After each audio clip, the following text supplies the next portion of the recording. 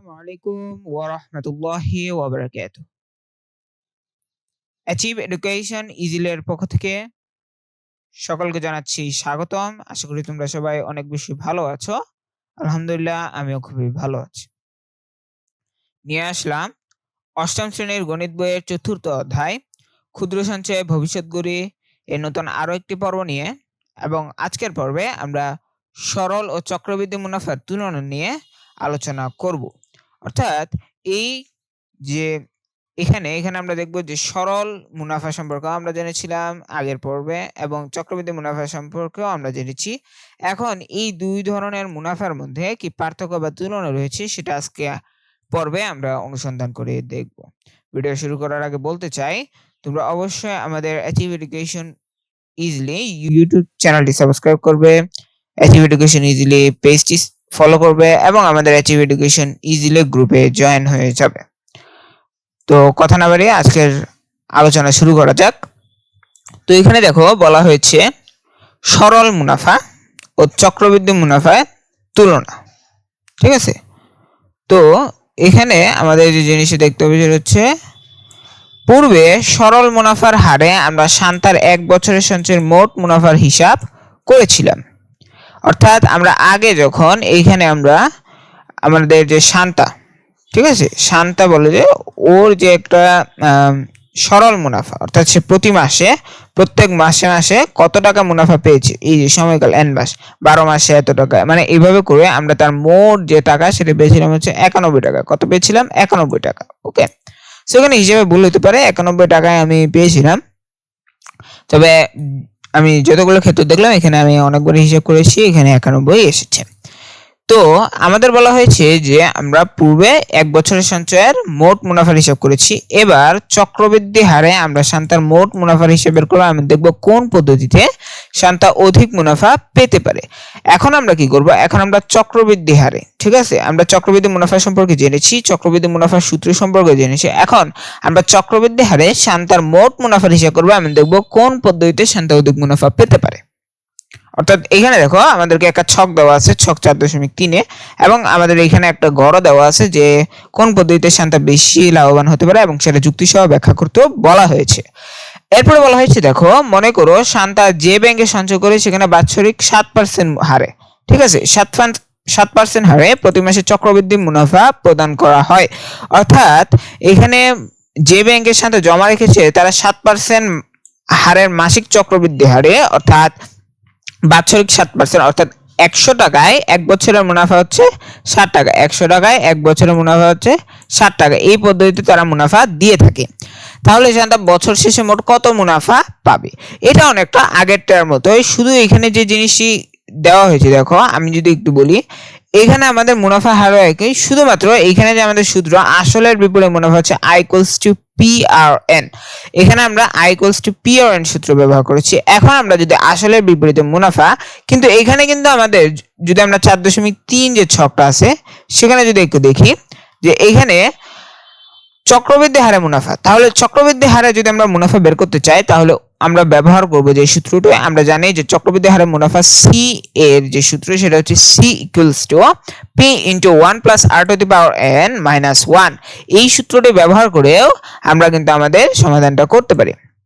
So আমরা যেটা করলাম, এই জিনিসটা করলাম যে আমরা এইখানে আমাদের ছকটা পূরণ করব এই C = P × 1 + r⁻n - 1 এই সূত্রটা প্রয়োগ করে।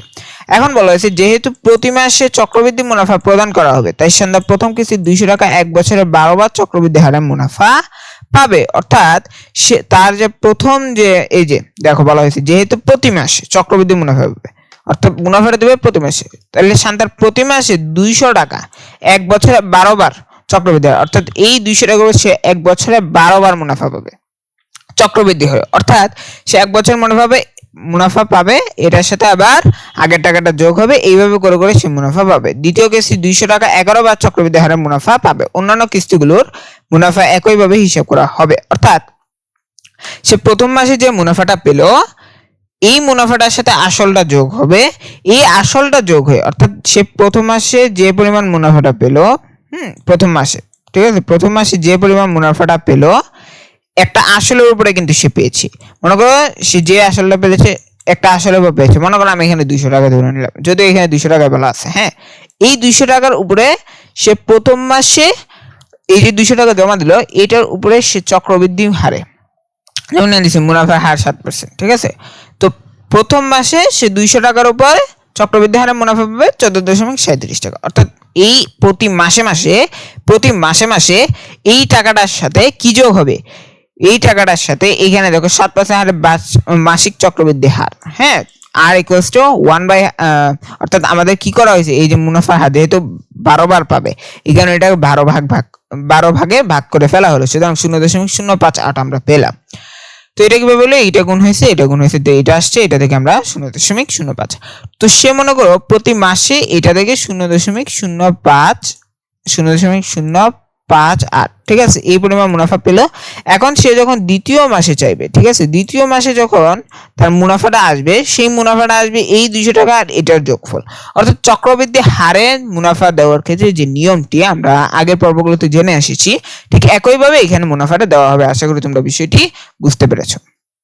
এখন বলা হয়েছে শান্তার 1 বছরের চক্রবৃদ্ধি মুনাফার হিসাব 4.3 আংশিক করে দেওয়া আছে, ছকের ফাঁকা অংশগুলো পূরণ করো। অর্থাৎ আমরা এইখানে যে ছকটা দেখতে পাচ্ছি, এই ছকে আমরা এটা পূরণ করব। তো দেওয়া হয়েছে দেখো ছক 4.3। এখানে আমরা দেখতে পাচ্ছি যে মাসের ক্রম দেওয়া আছে, এখানে মাসের জমা টাকা আসল এবং মুনাফার হার, সময়কাল, চক্রবৃদ্ধি হারে মুনাফা। এখন দেখো এটা হচ্ছে মাসের ক্রম, যে প্রথম, দ্বিতীয়, তৃতীয়, চতুর্থ। এখন মাসে জমা, মনে করো প্রথম মাসে সে 200 টাকা জমা দিল, সেটা মুনাফার হচ্ছে 0.058 এবং সময়কাল হচ্ছে n মাস, অর্থাৎ 12, ঠিক আছে। চক্রবৃদ্ধি হারে মুনাফাটা হচ্ছে C=P×1 + R⁻, অর্থাৎ সে এই টাকাটা 12 মাস ব্যাংকে থাকবে এবং সে 12 বার মুনাফা পাবে, ঠিক না। তো এইখানে আমরা এই যখন সূত্রটা বসিয়ে দিলাম, তখন আমরা দেখলাম যে শান্তা এই 200 টাকার উপর 12 মাসে 14.37 টাকা মুনাফা পাবে। তোমরা এটা ক্যালকুলেটর দিয়ে হিসেব করে নিতে পারো, তবে আমার মতে যদি তোমরা সায়েন্টিফিক ক্যালকুলেটর ব্যবহার করো তাহলে এটা সুবিধা হবে, এবং এটা সায়েন্টিফিক ক্যালকুলেটর ব্যবহার করতে হবে যেহেতু সূচকের কাজ আছে। তো এটা তোমাদের অনেকেই যাদের ক্যালকুলেটরের পাওয়ার সাধারণত 100 এর নিচে থাকে, ঠিক আছে, 100 এর নিচেই সাধারণত ক্যালকুলেটর ব্যবহার করতে দেওয়া হয়। এর উপরেও ব্যবহার করতে দেওয়া হয় কিনা আমি সঠিক জানি, তবে দেওয়া হয় না। আবার কোনো ক্ষেত্রে দেওয়া হয়, তবে বোর্ডেও মাঝে মাঝে দেওয়া হয়, বোর্ডে দেওয়া হয় যখন এসএসসি পরীক্ষা দেয় তাদেরকে হাই মানের ক্যালকুলেটর ব্যবহার করতে দেওয়া হয়। কিন্তু কিছু ক্যালকুলেটর আছে যেগুলো প্রোগ্রামিং ক্যালকুলেটর, অর্থাৎ সেখানে যে আনসারগুলো সেভ রাখা যায় এবং এগুলো প্রোগ্রামের মাধ্যমে পরিচালিত হয়। এই ধরনের ক্যালকুলেটর ব্যবহার করা একদমই নিষিদ্ধ, কিন্তু তোমরা চাইলে ওগুলো ব্যবহার করতে পারো যেগুলো 99.1, ঠিক আছে, FX99.1 এগুলো ব্যবহার করতে পারো, সমস্যা নেই। আবার অনেকে FX100 ব্যবহার করে, সমস্যা নেই, ঠিক আছে। তো তোমরা যারা ওই 100 এর নিচের ক্যালকুলেটর ব্যবহার করো, সাধারণত এগুলোতে একাধিক ভাবে অঙ্ক করা যায় না, যে তোমরা এটা করতে পারো। তবে আমি বলবো যে তোমরা এই ধরনের 100 এর উপরে বা 100 দিয়ে করলেও সমস্যা নেই, ভেঙে করবে আর কি। কারণ অনেক সময় একসাথে করতে গেলে এটা ভুল লেগে যেতে পারে, কারণ এখানে যে থার্ড ব্র্যাকেটের ব্যাপারটা আছে, এটার কারণে ঝামেলা লেগে যায়। তো এটা নিয়ে বেশি কথা বলে ফেললাম। এরপরে দেখো দ্বিতীয় মাসের ক্রম, দ্বিতীয়তে বলা হয়েছে মাসের জমা টাকা। তো এখানে 200 টাকা, এখানে মুনাফার হার 7%। তো তোমরা এটা বুঝে গেছো যে সময়কাল n। তো এখানে জাস্ট চক্রবৃদ্ধি হার মানে দ্বিতীয় মাসে তৃতীয় মাসে কত করে পেলো, ঠিক আছে। এখানে জাস্ট কি পরিবর্তন হয়, সূচকটা পরিবর্তন হচ্ছে, আর সূত্র একই আছে। সূত্র সম্পর্কে যদি জানতে চাও তাহলে আমাদের আগের পর্বগুলো অবশ্যই দেখে আসবে। তো এখন আমরা এই ছকটা পূরণ করব। তো দেখো আমরা এটার একটা তোমাদের জন্য নমুনা কপি সমাধান করে রেখেছি, এই যে। তো এখানে দেখো দেওয়া আছে মাসের জমা টাকা আসল, এবং মানে একেবারে ওই ছকটাই এখানে দেওয়া আছে ক্লিয়ারলি ভাবে। সো এইখানে দেখতে পাচ্ছ যে এখানে চক্রবৃদ্ধি হারে, তো এখানেও এটাই আছে। তবে এখানে দেখো এখানে একটা মিস্টেক আছে, আমি আগে দিয়েই বলে দিই, কারণ হচ্ছে এই জিনিসটা আমার টাইপিং মিস্টেক হয়েছে। এইখানে n আছে, ঠিক আছে, এইখানে এটা n আছে, এটা লেখার সময় উঠেনি, এই জন্য মাসের ক্রম, মাসের জমা টাকা, মুনাফার হার, সময়কাল, চক্রবৃদ্ধি হারে মুনাফা P×1 + R⁻n, এখানে nটা ছিল না। তো প্রথম মাসেরটা তো আমরা দেখে আসলাম, দ্বিতীয় মাসেরটাও আমরা দেখে আসলাম। তৃতীয় মাসেরটা অর্থাৎ আমাদের কি হবে, এই তৃতীয় মাসের টাকাটা 10 বছর ব্যাংকে থাকবে। তৃতীয়, চতুর্থ, পঞ্চম, ষষ্ঠ, সপ্তম, অষ্টম, নবম, দশম, এরপর হচ্ছে 11, 12। তাহলে এখানে হচ্ছে কত, 10। এই 10 যেহেতু এখানে n আছে, এই n এর উপর আমরা জাস্ট সূত্রটা বসিয়ে দিলাম। সূত্রটা বসিয়ে দেওয়া আমরা মুনাফা পেলাম 11.91 টাকা। এবার চতুর্থ মাসে আমরা যদি 200 টাকা জমা দিই, সেটা 9 মাস ব্যাংকে থাকবে এবং মুনাফা পাবো আমরা এত টাকা, 10.67 টাকা। আমি এগুলো হিসাব করে দিচ্ছি না, হিসাবগুলো করে দিলে ভিডিওটা অনেক লম্বা হয়ে যাবে। তোমরা অবশ্যই হিসাবগুলো করে নিতে পারো। পঞ্চমে বলা হয়েছে যে পঞ্চম মাসে যদি টাকাটা জমা দিই, তাহলে এটা 200 টাকাটা ব্যাংকে জমা রাখলে এটা 200 টাকা ব্যাংকে জমা রাখলে এটা 8 মাস ব্যাংকে থাকবে এবং আমরা পাবো হচ্ছে 9.47 টাকা। এখানে জাস্ট আমরা সূত্র প্রয়োগ করছি, ঠিক আছে? এই জায়গাটাতে আমরা জাস্ট সূত্র প্রয়োগ করছি, এই সূত্রটা p * 1 + r/n। এরপরে যদি আমরা ষষ্ঠ মাসে 200 টাকা জমা রাখি, এটা 7 মাস ব্যাংকে থাকবে এবং আমরা মুনাফা পাবো 8.26 টাকা। এরপরে 7 নং, ঠিক আছে? 7 নং মাসে যদি আমরা 200 টাকা জমা রাখি, সেটার উপর আমরা 6 মাসে মুনাফা পাবো 7.06 টাকা। এবং তোমাদের এখানে যে এটা দেখছো, এটা হচ্ছে আমাদের 7%। কিন্তু অনেকে বলতে পারে 7%কে যদি আমরা দশমিক আকার প্রকাশ করি, এটা হয় না। কারণ তোমাদেরকে আগেই বলেছি, বইয়ে কিন্তু বলা আছে যে এটাকে আমরা 12 ভাগ করেছি, কারণ হচ্ছে এটা যেহেতু মাসিক, ঠিক আছে? মাসিক আকারে প্রকাশ করার কারণেই আমরা কিন্তু এরকম হচ্ছে। এরপরে দেখো বলা হয়েছে যে অষ্টম মাসে যে টাকাটা আমরা 200 টাকা জমা রাখবো, এটা ব্যাংকে থাকবে কতদিন, কত মাস? 5 মাস, ঠিক আছে? তো এইটা 7% মুনাফা হার দিয়েছে। মুনাফা সূত্র বসিয়ে আমরা 5.87 টাকা পাবো। শান্তা 5.87 টাকা পাবে। নবম মাসে 200 টাকা জমা রাখলে এটা 4 মাস ব্যাংকে থাকবে এবং সে 4.68 টাকা পাবে। দশম মাসে সে যদি 200 টাকা রাখে, সেটা ব্যাংকে 3 মাস থাকবে এবং সে মুনাফা পাবে 3.50 টাকা, ঠিক আছে? এরপর হচ্ছে 11তম মাসে সে 200 টাকা রাখে, তাহলে সেটা 0.05 2 মাস ব্যাংকে থাকবে। মনে করো 11তম মাস আমাদের হিসেবে হচ্ছে নভেম্বর আর ডিসেম্বর, এই নভেম্বর আর ডিসেম্বর 2 মাস থাকবে। সে মুনাফা পাবে সে হচ্ছে 2.33 টাকা। 12তম মাসে সে যখন 200 টাকা জমা রাখবে, তখন সেটা ব্যাংকে 1 মাস থাকবে এবং সে মুনাফা পাবে হচ্ছে 1.16 টাকা। সবগুলোকে যোগ করার পরে আমরা যেটা পাবো সেটা হচ্ছে যে আমাদের এখানে যে জিনিসটা, সেখানে এখানে হিসাবটা ভুল চলে আসছে। আমি যারা টেক্স এক্সপার্ট তাকে দিয়ে যখন করেছি, এরপর আমি দেখলাম যে এখানে ভুল আছে। এটা হচ্ছে 92.44 টাকা, ঠিক আছে? 92.44 টাকা।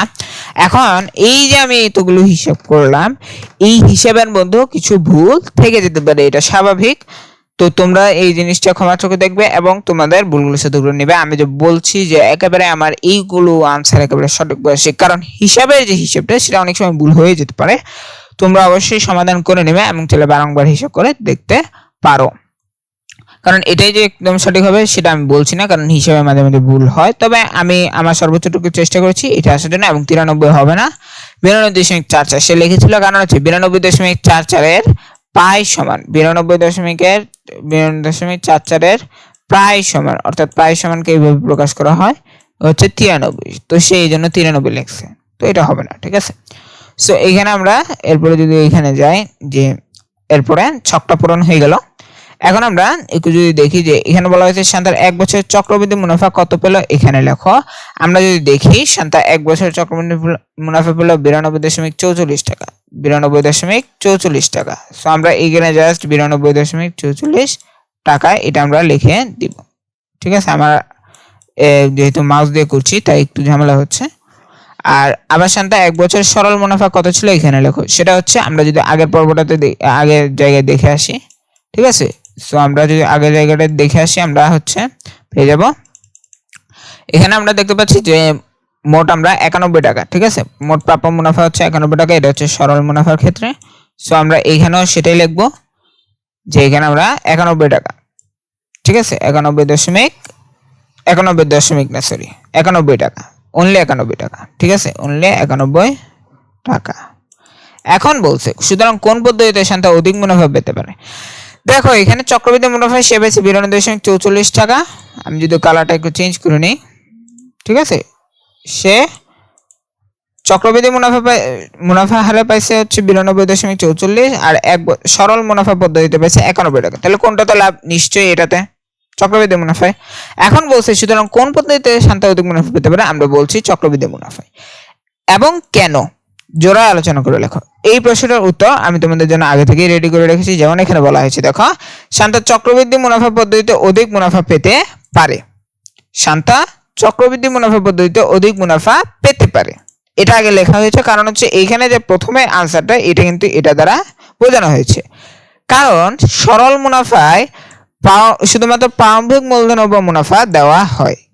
কি লিখলাম? কারণ সরল মুনাফায় শুধুমাত্র প্রারম্ভিক মূলধন ও মুনাফা দেওয়া হয়। আমরা যদি দেখি সরল মুনাফার ক্ষেত্রে আমরা যে টাকাটা সর্বপ্রথমে জমা রাখি,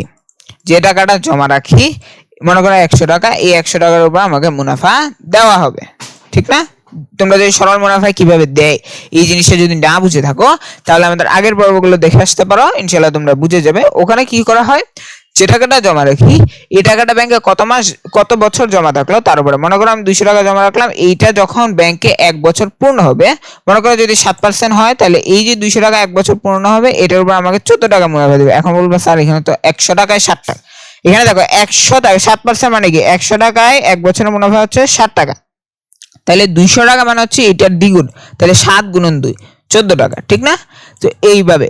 তো এখন যেহেতু আমরা শুধুমাত্র যে টাকাটা জমা রাখি, এখানে কিন্তু মুনাফার পরিমাণ কোনো সময় বাড়ে না, একই থাকে। কিন্তু এখানে যেটা বলা হয়েছে, দেখো, কিন্তু চক্রবৃদ্ধি মুনাফায় প্রতি বছর জমাকৃত টাকার উপরে যে মুনাফা পাওয়া যায় তা আসলের সাথে যোগ হয়ে নতুন মুনাফা প্রদান করে। এই কথাটা দ্বারা কি বোঝালো? এখানে হচ্ছে মনে করো চক্রবৃদ্ধি মুনাফার হিসাবের ক্ষেত্রে আমরা কি দেখেছি, আমরা দেখেছি যে টাকাটা জমা রাখি, এই টাকাটা যখন 1 বছর পূর্ণ হয়, তখন এটার সাথে যে মুনাফাটা দেওয়া হয়, এই মুনাফাটা আবার ওই যে টাকার উপর আমরা পেয়েছি সেটার সাথে যোগ হয়ে আবার একটা নতুন মূলধন গঠন করে এবং ওই নতুন মূলধনের উপরে আমাদেরকে মুনাফা প্রদান করে। কিভাবে? দেখো, আমি যদি একটু উদাহরণ দেই, যে মনে করো আমি 200 টাকা ব্যাংকে জমা রাখলাম এবং আমি 7% হারে, কত? 7%, তার মানে 100 টাকা 1 বছরের মুনাফা কত? 60 টাকা। তাহলে 200 টাকায় কত হবে? 200 টাকায় হবে 7 গুণন, অর্থাৎ এটা যে 100 যেহেতু 200 এর দ্বিগুণ, 200 যেহেতু 100 এর দ্বিগুণ, তাহলে 7 গুণন 2 হবে। 7 গুণন 2 মানে হচ্ছে 14, ঠিক না? 14, তার মানে 200 টাকায় 1 বছরের মুনাফা হচ্ছে 14 টাকা। আমি কিন্তু 1 বছরের হিসাব করছি, ঠিক আছে? তো এখন যদি আমরা সরল মুনাফার ক্ষেত্রে চিন্তা করি, আমি প্রতি মাসেই এই টাকাটা জমা দিচ্ছি। ওই বছরের যে প্রথম বছরের প্রতি মাসে আমি 200 টাকা জমা দিচ্ছি এবং পরবর্তী বছর থেকে আমি এটার মুনাফা পাচ্ছি। কিন্তু আমি যখন টাকাটা একসাথে তুলে নিই তখন কিন্তু আমি আগেই পাই। এটা হচ্ছে সরল মুনাফার ক্ষেত্রে আমার এই যে মুনাফা মূলধনের, এই যে মূলধনের পরিমাণও একই থাকে, আবার আমার মুনাফার পরিমাণও একই থাকে।